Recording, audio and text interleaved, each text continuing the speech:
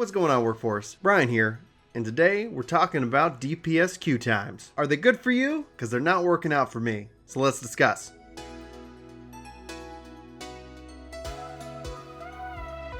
So this has been a topic that's actually been on my mind regarding Final Fantasy XIV for a while now. One of the reasons why I haven't brought it up is I really kind of wanted to get a real good feel and opinion on the DPS queue time. Yeah, there's a good word. The concept is that I've leveled up my tanks and I've leveled up my healers, and I love those queue times. Those that have no problem whatsoever. And then in the reality of it, now switching to DPS, I'm seeing 17 minutes, 23 minutes. You know, it would be a lot worse if members of the community weren't helping me out and coming on stream and tanking or healing and, you know, really getting to kind of experience that kind of community feedback in a way that's just unimaginable. So just thanks and huge shout out to everybody. I know Clink and Sparta have been huge tanks for me, and Code coming in as a healer, huge help. So thank you guys. I bring up this topic because I think it's really important, and I want to make sure that I highlight a couple of thoughts, and I'm really interested in your thoughts as well. This is kind of a conversation we've been having over on Twitch, and it really relates to the concept of a 5-man dungeon. Now we're going to get into more of the why here later in this video, but the idea that right now there are just bad DPS queue times that are probably, you know, heightened obviously by the sense that they introduced 2 new DPS jobs. But my point, and I don't believe that that's the sole reason of it, that even if they added a tank or a healer as a part of this lineup, we would still most likely be experiencing somewhat of the same thing, at least by this point. Meaning, if they added a tank or a healer, at this point I would have already had them leveled up, and actually I'm not queuing up for content unless it's, you know, the raids or something like that. And because I'm not queuing up for that content, then I'm now queuing up as a DPS. So I'm still adding into that solution.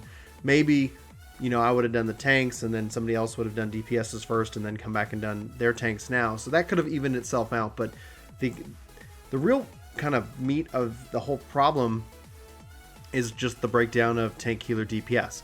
And respectfully, some of you all pointed out that trying to lower the DPS queue time is like adding incentive for DPS jobs. And right now the incentive is to play a tank or a healer, and thus you get a part of that reward is the shortened queue times. And that's actually, I think, a decent argument to make, but I think in the spirit of the game, not necessarily the correct one. And what I mean by that is that if you have people coming in and they want to play a DPS, and all of a sudden they're going to be de-incentivized to either come to the game or continue to play it if they have to wait a very long time. That's why I'm actually really glad that you get a kind of a priority queue if it's your first time running that content, so that way you don't end up experiencing this long waits that you will at a later point.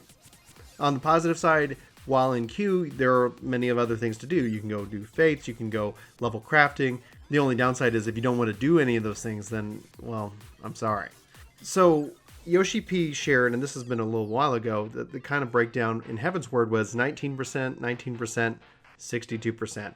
And with this breakdown, with this chart, what we learn is that the game is obviously imbalanced. And the goal is obviously, you know, how do we get more people playing a tank and a healer? Our current 4-man setup would be great if it was 25, 25, 50, because that would really kind of even itself out for what a 4-man should be. But it's obviously skewed DPS. More people want to play a DPS. And that's not necessarily a bad thing. A DPS has a lot of responsibility. There are more DPS checks that I'm aware of than there are any other kind of checks in the game. Tank busters and healing checks. So DPSs have a huge responsibility. And yes, there is this joy in, you know, hitting monsters really hard and that being very satisfying. But let's break it down outside of incentivizing or anything like that. With a 1919, 62 breakdown, a 5-man makes more sense. And you can see this in other games, right? You know, so the the aforementioned World of Warcraft has the 5-man. That's not a bad thing. I think that's more in line with mathematics as opposed to any particular tank healer that would skew that one way or another. Problem is, let's say you end up skewing 30% tanks, 62% DPS, and now you have just a huge shortage of healers to deal with, and you don't fix the problem. You just move it from adventure in need to healer. And we do see that from time to time. I think this point is valid, but I'd love to know your thoughts on it, right? Because we have 8-man content, we have 24-man content. In fact, the Alliance raid, I have no problem getting in as a at DPS whatsoever. I usually see Adventure in Need as a healer, but even this morning I saw it as a DPS. And tanks seem to have a longer queue time because there's only one for each 8-man group, and there's still the requirement of 2 healers. And I find that balance, far better in my opinion. And so you see that balance with the Alliance and with the Alliance Roulette, but then you still see the 4-man content, which seems to be a good majority of the content in the game, suffer with this 4-man, type of style. And I don't expect, let's say they decided, they looked at the math and there's like, okay, well, they could add 100 new tanks and healers to the game, but they're only going to more incentivize people who play those roles. And if those aren't increasing, then the only option really is to look at how the game is fundamentally structured, and that can only happen at the time of an expansion. So at a minimum 5.0, but I mean maybe even beyond that, just the sheer amount of work that you have to go into balancing, because then does it become 5-10-man content, or do we just go 5, 8, and 24? Do we keep that evening and then having just this weird odd smaller team content base?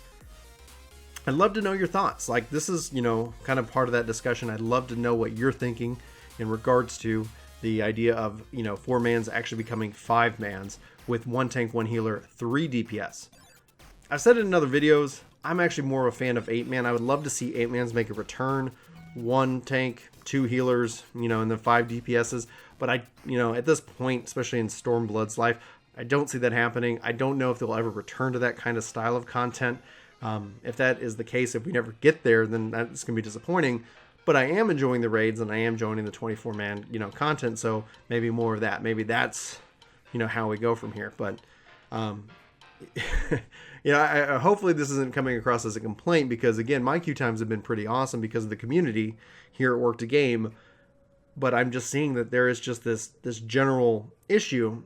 And so I'm interested in where, what camp you fall into. Do you fall into the, well, they just need to make a tank and healer job that will solve that problem?